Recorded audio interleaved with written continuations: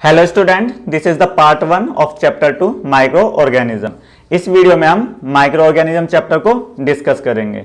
तो first, micro organism क्या होते हैं, कितने टाइप्स के होते हैं और उनके टाइप्स को वन बाय वन डिस्कस करेंगे।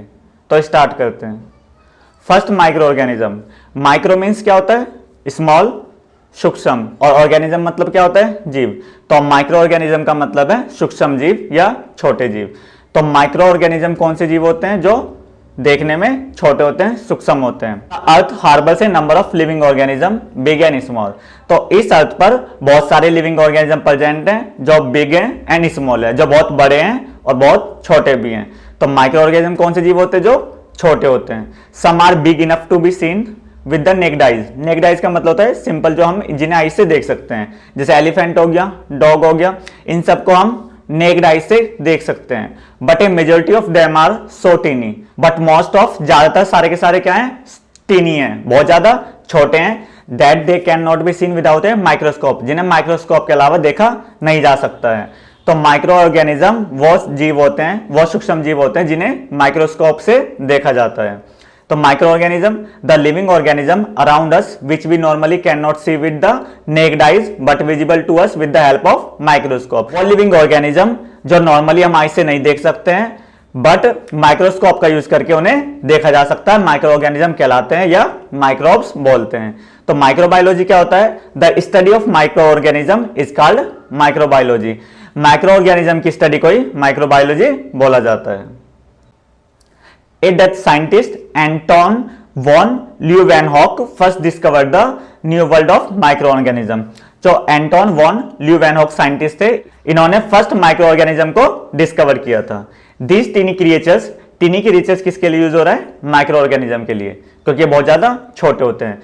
This tiny creatures are present everywhere in the air, in soil, in water और plants and even inside the human and animal bodies. ये एयर में भी प्रेजेंट रह सकते हैं, सॉइल में भी रह सकते हैं, वाटर में भी रह सकते हैं, प्लांट्स में भी रह सकते हैं, और यहां तक कि ह्यूमन और एनिमल बॉडीज के अंदर भी रह सकते हैं। They are capable of existing in extreme temperature, और ज्यादा टेम्परेचर में भी ये एग्जिस्ट कर सकते हैं, वहां पर भी कैपेबल है रहने के लिए। माइक्रो ऑर्गेनिज्म को 5 पार्ट्स में क्लासिफाई किया गया है। First bacteria, second algae, third fungi, fourth protozoa और फिफ्थ वायरस। तो इनमें जो सबसे पहले आया था वो कौन आया था, बैक्टीरिया। बैक्टीरिया इस अर्थ पर सबसे पहला लिविंग ऑर्गेनिज्म है जो इस पे सबसे पहले आया था। और लास्ट में भी जितने इस अर्थ पर लिविंग ऑर्गेनिज्म है, चाहे जिसमें हम भी काउंट होते हो, कोई भी लिविंग ऑर्गेनिज्म हो, सब में सबसे लास्ट में कौन जाएगा, बैक्टीरिया जाएगा। इसका रीजन क्या है, क्योंकि बैक्टीरिया कितना भी हाई टेम्परेचर हो, चाहे 100 डिग्री सेल्सियस हो, 60 डिग्री सेल्सियस हो, या कितना भी कम हो, माइनस में हो, वहां पर बैक्टीरिया सर्वाइव कर सकता है। चाहे वहां पर पानी बिल्कुल कम हो या पानी बिल्कुल ज्यादा हो, वहां पर भी बैक्टीरिया सर्वाइव कर सकता है। चाहे एयर हो या ना हो, वहां पर भी बैक्टीरिया सर्वाइव कर सकता है। तो इसलिए सबसे लास्ट में कौन जाएगा, बैक्टीरिया, और सबसे पहले भी कौन आया था, बैक्टीरिया। फर्स्ट है bacteria. Bacteria are believe to be first living organism present on the earth. Bacteria ये जो अर्थ पर सबसे पहला लिविंग ऑर्गेनिज्म है। They are the simplest of all organisms found either in single or colonies। और ये organism single पाए जाते हैं या कॉलोनीज मींस ग्रुप में पाए जाते हैं। Habitat, bacteria can live in almost everywhere. जो बैक्टीरिया है वो पूरी अर्थ पर कहीं भी रह सकता है, चाहे टेम्परेचर ज्यादा हो, कम हो, पानी कम हो, पानी ज्यादा हो, सॉइल में हो, वाटर में हो, फूड प्रोडक्ट्स में, और inside the bodies of other living organism, और जितने भी और लिविंग ऑर्गेनिज्म है उनके अंदर भी ये रह सकते हैं। Classification of bacteria on the basis of shapes. Shapes के बेसिस पे बैक्टीरिया का क्लासिफिकेशन हुआ है। जो स्फेरिकल होते हैं उन्हें कोकाई बोलते हैं, जैसे उसके एग्जांपल हो गए सार्कीरा, स्टेप्टोकोकस और माइक्रोकोकस। तो हमें इनके एग्जांपल याद रखने हैं। सेकंड है रॉड शेप्ड, जिन्हें हम बेसिली बोलते हैं, उसके एग्जांपल है बेसिलस, लैक्टोबैसिलस और सुडोमोनस। लैक्टोबैसिलस का यूज कहां पर होता है, मिल्क को कर्ड में कन्वर्ट करने के लिए किया जाता है, दूध से दही बनाने के लिए किया जाता है। और थर्ड है स्पाइरल शेप्ड, इसके एग्जांपल है विब्रियो और टिरिपोनोमा। तो ये इसके एग्जांपल है, आपको सिर्फ इसके एग्जांपल याद रखने हैं। जैसा कोकाई दिखा रखा है, तो कोकाई की शेप कैसी है, यहां पर स्फेरिकल शेप है। सेकंड एग्जांपल है रॉड शेप। रॉड शेप कैसे होते हैं, जिन्हें हम बेसिली भी बोलते हैं। इनकी रॉड टाइप में स्ट्रक्चर होती है, जैसा डायग्राम में शो हो रहा है। तो इसके एग्जाम्पल बैसिलस, लैक्टोबैसिलस और सुडोमोनास। और थर्ड है स्पाइरल। स्पाइरल जैसी शेप दिखा रखी है, स्पाइरल टाइप में होता है, जैसे स्प्रिंग होती है। इसके एग्जाम्पल है विब्रियो और ट्रिपोनोमा। तो हमें इनके एग्जाम्पल याद रखने हैं और इनका शेप याद रखना है। नेक्स्ट टॉपिक है हमारा स्ट्रक्चर ऑफ बैक्टीरिया। बैक्टीरिया की स्ट्रक्चर कैसा होता है? तो bacteria is generally made up of single cell. जो बैक्टीरिया ज्यादातर मोस्ट ऑफ जो बने होते हैं वो सिंगल सेल के बने होते हैं। और जो हम होते हैं ह्यूमन पर्सन, हमारे अंदर क्या उनसे कितनी सेल होती हैं? मल्टीपल सेल होती हैं। Which does not contain nucleus, और इनके अंदर न्यूक्लियस नहीं पाया जाता है। और they are also found in the chain of groups, और ये हमेशा ग्रुप्स में रहते हैं, एक चेन की तरह ग्रुप्स में रहते हैं। न्यूट्रिशन के बेसिस पे इनका क्लासिफिकेशन है autotrophs. Bacteria which can make their food are called autotrophs. Autotrophs हम पहले ही पढ़ चुके हैं 7th क्लास में। जो अपना खाना खुद बनाएंगे वो ऑटोट्रॉफ्स कहला पाएंगे, और जो खाना अपना खुद नहीं बनाएंगे वो क्या होंगे? हेटरोट्रॉफ्स होंगे। तो ऑटोट्रॉफ्स, जो बैक्टीरिया अपना खुद खाना बनाते हैं उन्हें ऑटोट्रॉफ्स कहते हैं। अब ये दो कैटेगरी में डिवाइड किए गए हैं, फोटोट्रॉफ्स एंड केमोट्रॉफ्स। फोटोट्रॉफ्स कौन से होंगे? जो अपना खाना बनाने के लिए एनर्जी का यूज करेंगे, किसकी फॉर्म में? सनलाइट की फॉर्म में, वो हमारे फोटोट्रॉफ्स होंगे। और बी है केमोट्रॉफ्स। तो केमोट्रॉफ्स कौन से होंगे? Bacteria which use energy of inorganic compound. जो इनऑर्गेनिक कंपाउंड्स की एनर्जी को यूज करेंगे वो केमोट्रॉफ्स होंगे। तो फोटोट्रॉफ्स और केमोट्रॉफ्स आपको क्लियर हो गया होगा, ये दोनों किसके टाइप में? ऑटोट्रॉफ्स के। हेटरोट्रॉफ्स, तो जो बैक्टीरिया अपने आप फूड नहीं बनाते, जो दूसरे कंपाउंड पर डिपेंड करते हैं, वो क्या होंगे? हमारे हेटरोट्रॉफ्स होंगे। अदर बैक्टीरिया, उसमें aerobic bacteria and anaerobic bacteria. इससे आप 7th क्लास में भी पढ़ चुके हैं। एरोबिक बैक्टीरिया क्या होंगे? जिन बैक्टीरिया को अपना फूड को ब्रेक करने के लिए ऑक्सीजन की रिक्वायरमेंट होगी वो हमारे एरोबिक बैक्टीरिया होंगे। और जिन्हें अपने फूड को ब्रेक करने के लिए ऑक्सीजन की रिक्वायरमेंट नहीं होगी वो कौन से होंगे? Anaerobic bacteria. तो जैसे यहाँ पर नोट है, aerobic bacteria bacteria which require oxygen to break down food, food को ब्रेक करने के लिए ऑक्सीजन रिक्वायर्ड है। And anaerobic bacteria, bacteria which do not require oxygen to break down food, अपने फूड को ब्रेक करने के लिए ऑक्सीजन की रिक्वायरमेंट नहीं होती है। नेक्स्ट टॉपिक हमारा रिप्रोडक्शन। तो बैक्टीरिया कैसे रिप्रोड्यूस होते हैं? तो bacteria is reproduce by binary fission. Bacteria binary fission के द्वारा रिप्रोड्यूस होते हैं। बाइनरी फिजन प्रोसेस में क्या होता है? एक फुली मैच्योर्ड बैक्टीरिया सेल होगा, वो क्या होगा? अपने दो डॉटर डिवाइड में सेल में डिवाइड हो जाएगा, जैसा थर्ड स्टेप में दिखाई दे रहा है। जैसे डिवाइड हो जाएगा उसके बाद जैसे जैसे उनमें धीरे धीरे मैच्योरिटी आती रहेगी, तो बाद में क्या हो जाएगा? वो दोनों सेल क्या हो जाएंगी? अलग हो जाएंगी और दो सेल वहां पर बन जाएंगी। तो जैसे फर्स्ट स्टेप में था, यहां पर जो उसका प्रोकैरियोटिक क्रोमोसोम था ये डेवलप होना स्टार्ट हुआ, और थर्ड स्टेप में क्या हो गया? जो दोनों सेल हैं वो आपस में क्या होने लग जाएंगी? डिवाइड होना स्टार्ट हो जाएंगी। और जैसे दोनों मैच्योर होंगी, दोनों के अंदर प्रोकैरियोटिक क्रोमोसोम डेवलप हो जाएगा, तो फिर बाद में वो क्या हो जाएंगी? अलग हो जाएंगी, जिससे यहाँ पर एक बैक्टीरिया सेल से दो बैक्टीरिया सेल आपस में डेवलप हो गई हैं। तो जैसे यहाँ पर नोट है, in this process under favourable condition a fully matured bacterium cells divide into two equal size daughter cell.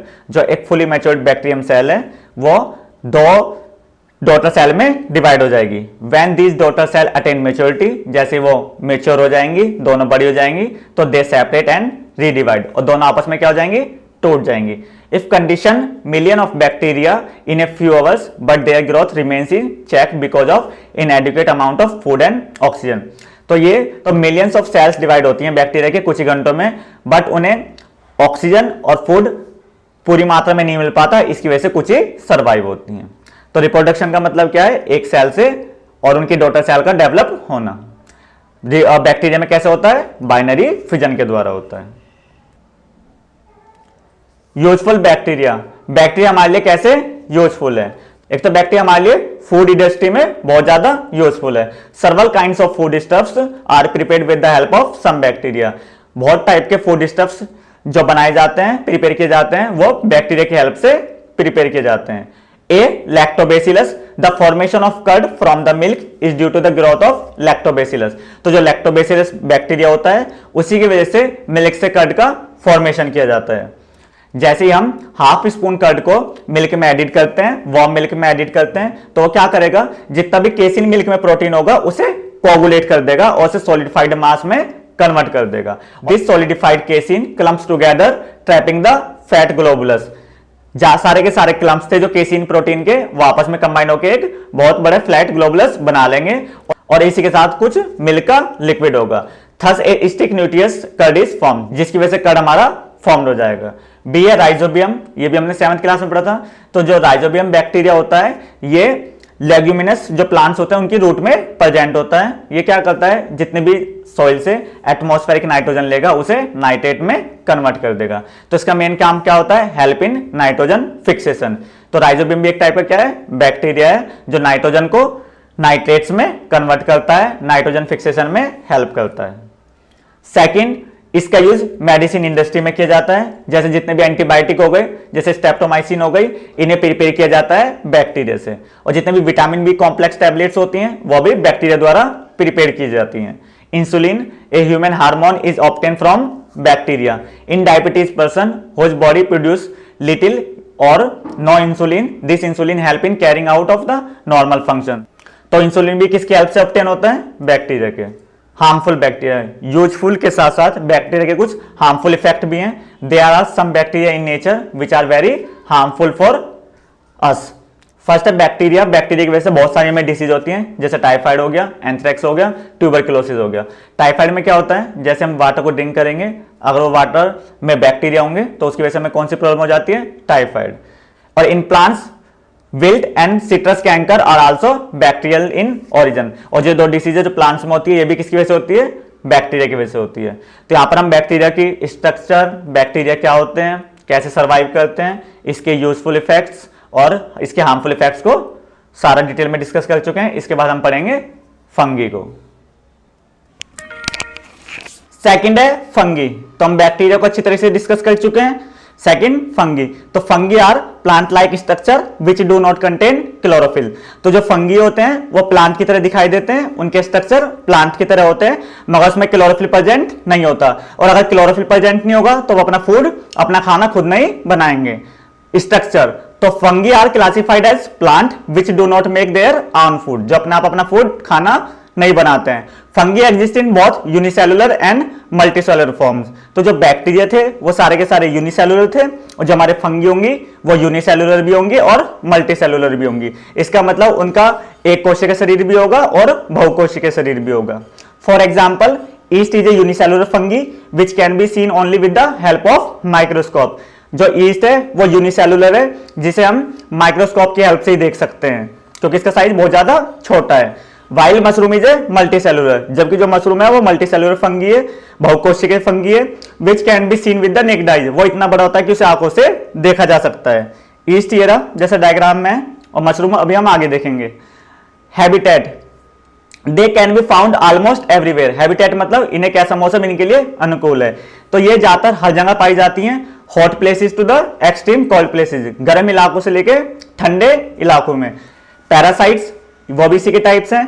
These get their food by growing on other living organism, ये अपना खाना दूसरों पर डिपेंड करते हैं, जितने भी और अदर लिविंग ऑर्गेनिज्म है उनसे अपना खाना खाते हैं। Types, fungi can be divided into 4 main categories. जो फंगी हैं उनके 4 टाइप्स हैं। फर्स्ट ईस्ट, ईस्ट अभी पढ़ा था, यूनिसेलुलर होता है और कॉलोनियोज में लिव करता है, मतलब ग्रुप में रहता है। सेकेंड है माइल्डीव्स, वो यूनिसेलुलर फंगी है which follow parasitic mode of nutrition. Parasitic का मतलब जो दूसरों पर डिपेंड करता है, जो अपने न्यूट्रिशन दूसरों से लेता है।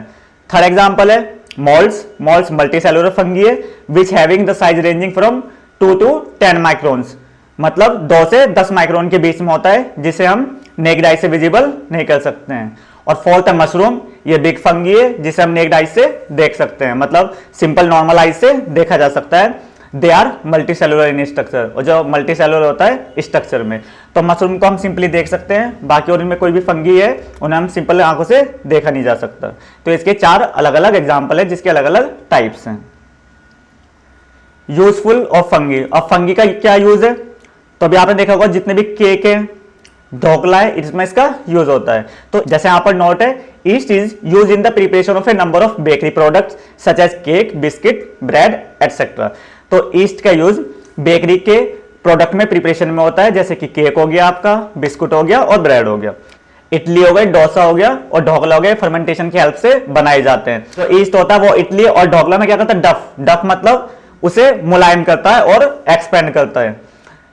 सेकंड है इन मैन्युफैक्चरिंग मेडिसिन, मेडिसिन के मैन्युफैक्चर में भी फंगी का यूज किया जाता है। ए मोल्ड पेनिसिलियम नोटाटम जो फंगी है, इसका यूज मैन्युफैक्चर किया जाता है पेनिसिलिन में, जो हमारी फर्स्ट एंटीबायोटिक है। सेकंड है yeast is use in the production of vitamin B complex. Vitamin B complex को प्रोडक्शन में भी ईस्ट का यूज होता है। नेक्स्ट है हार्मफुल फंगी। अभी हमने यूजफुल फंगी का क्या यूज है, अब फंगी के क्या हार्मफुल है। तो fungi are responsible for disease in plants such as rust और ब्लाइट फंगस। ये भी 7th में पढ़ चुके हैं। रस्ट एक फंगल डिसीज होती है which affect the wheat plant, जो गेहूं के प्लांट होते हैं उन्हें अफेक्ट करती है। एंड ब्लाइट फंगस ये जो पोटैटो की क्रॉप्स होती है उसे पूरे को डिस्ट्रॉयड कर देता है। और सेकंड रिंगवॉर्म, ये आपको क्लियर ही होगा, ए स्किन डिसीज, जितनी भी ह्यूमन बीइंग में डिसीज हो रही है स्किन डिसीज, वो सारी की सारी किसके द्वारा होती है, फंगस के द्वारा होती है। Athlete foot and barber itch, जो दोनों डायग्राम दिखा रखे हैं, are the other types of fungal disease in human beings. तो जैसे फर्स्ट एग्जांपल है रिंगवॉर्म का और सेकंड है एथलीट फुट का। तो आई होप आपको दोनों क्लियर हो गए होंगे, bacteria and fungi. Next class में हम एल्गी से स्टार्ट करेंगे। ओके।